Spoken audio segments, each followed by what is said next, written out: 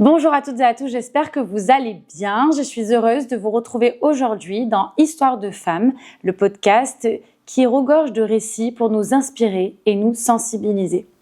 Dans une société où un couple sur deux divorce, malheureusement, j'ai voulu m'intéresser aux couples qui durent, à cet amour qui dure, à ces couples qui durent dans le temps.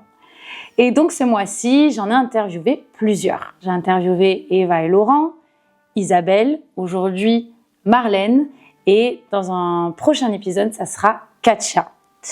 Alors Marlène, vous êtes avec Fanfan, donc vous vous êtes mariée une première fois, divorcée, tout à fait, remariée. C'est une histoire qui est incroyable.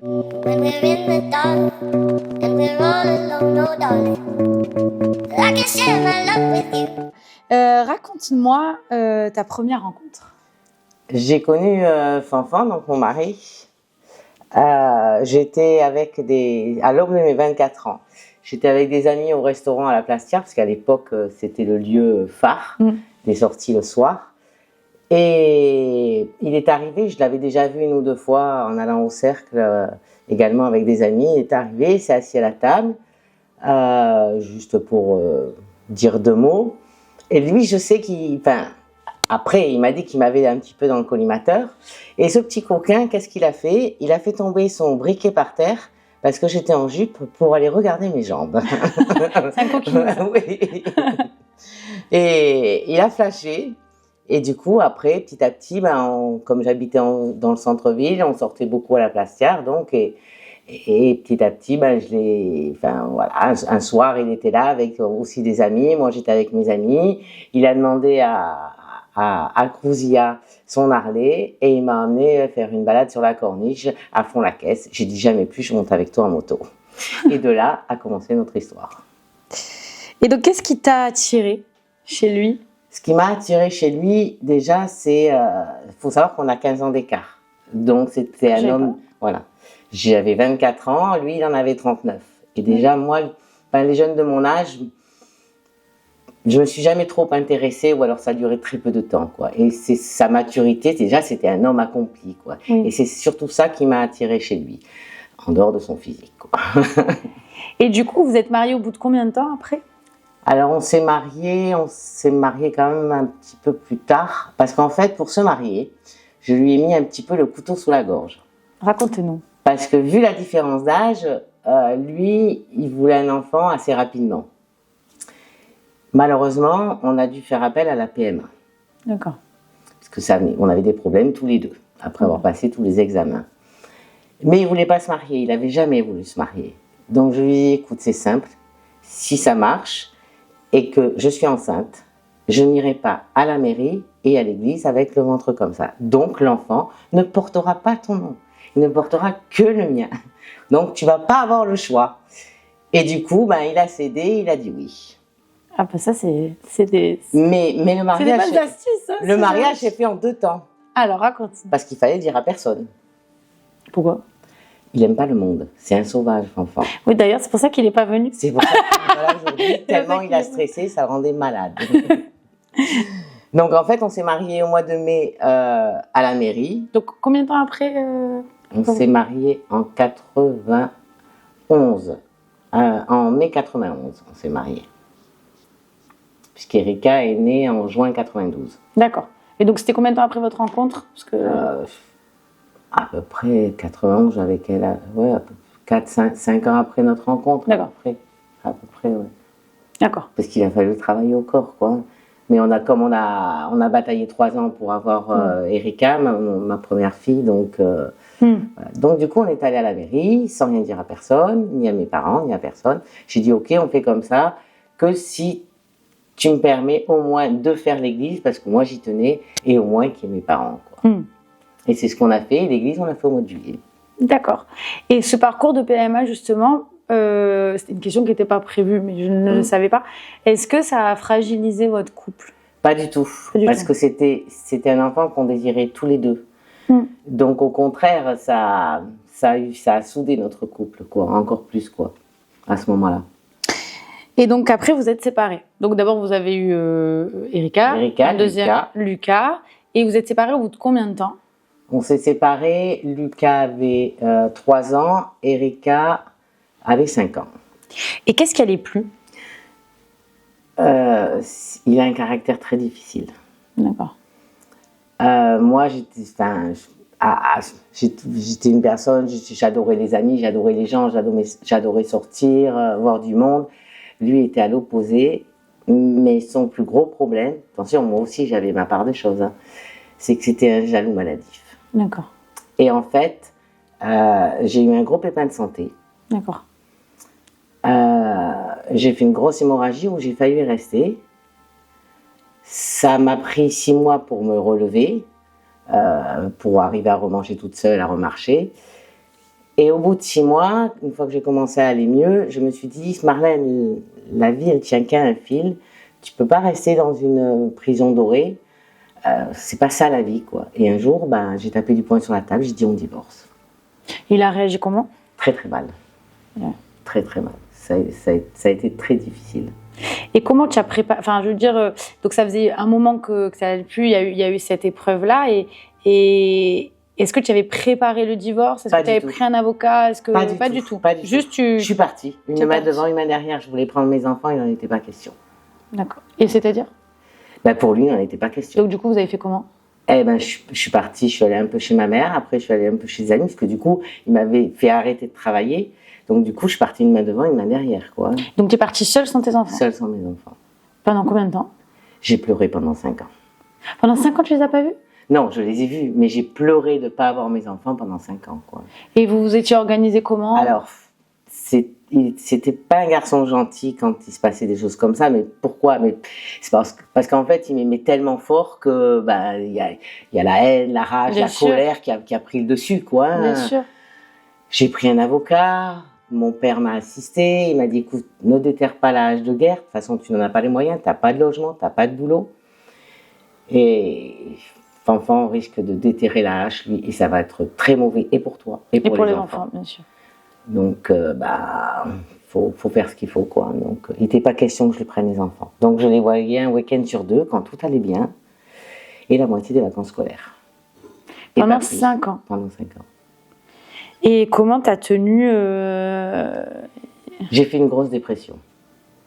Pourquoi? Parce que je l'ai pas quitté parce que je l'aimais plus. Et je l'ai quitté parce que c'était devenu invivable, quoi. C'était invivable. Je devais surveiller chaque mot que je disais. J'avais la boule au ventre quand je rentrais à la maison. Il m'avait fait arrêter de travailler. Je voyais plus mes amis. Je voyais plus que ma famille. Donc je pouvais plus continuer à vivre comme ça, quoi. Il fallait que ça change. Bien sûr. Donc il fallait mettre une bombe quelque part en espérant peut-être qu'un jour. Et donc du coup il y a eu 5 ans, donc vous étiez séparés. Ça a été très dur pour toi et pour lui également aussi, et pour les enfants aussi. Et pour les enfants. Et pour les enfants.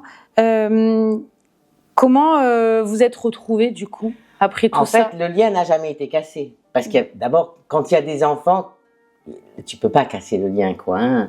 Et puis l'amour, aussi bien des deux côtés, était toujours très fort. Malgré tout ce qui s'était passé, malgré les horreurs qu'il m'a fait subir ou que peut-être je lui ai fait subir, l'amour était toujours présent.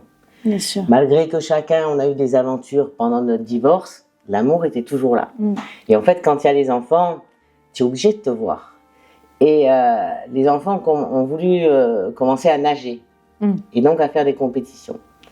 Et les enfants ont dit, on veut que maman soit là aux compétitions. Sinon, on va pas en compétition. Et tu connais Fanfan sur la natation. Ouais, ça rigole pas. Voilà. Il surveille même mon crawl. Voilà.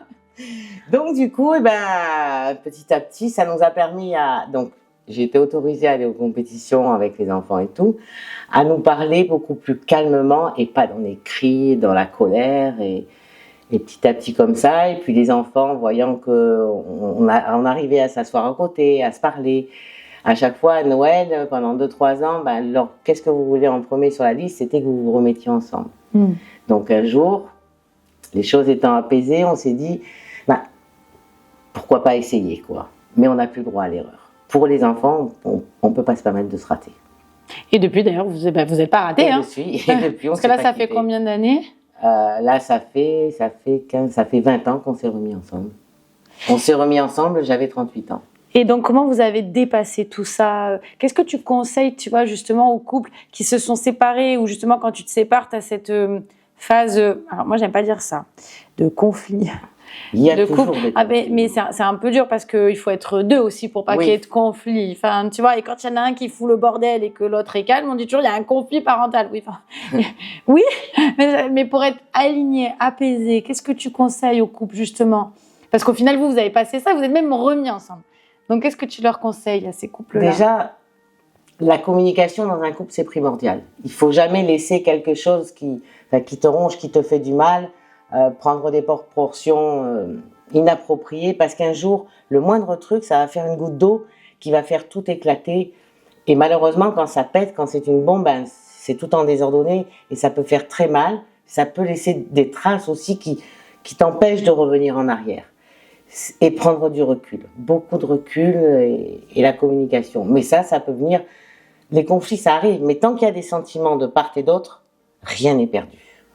Maintenant, s'il n'y a plus de sentiments de l'un ou de l'autre, c'est beaucoup plus compliqué. Mais tant que les deux ont des sentiments pour l'un et pour l'autre, moi je dis que tout est possible. Tout est possible. Et quel conseil tu donnes pour préserver les enfants dans ces moments-là? Ça a été... C'est vraiment les mettre, oui, à l'abri le plus possible. En tout cas, même si nous, on s'est disputé, on s'est engueulé, il y a même eu des coups.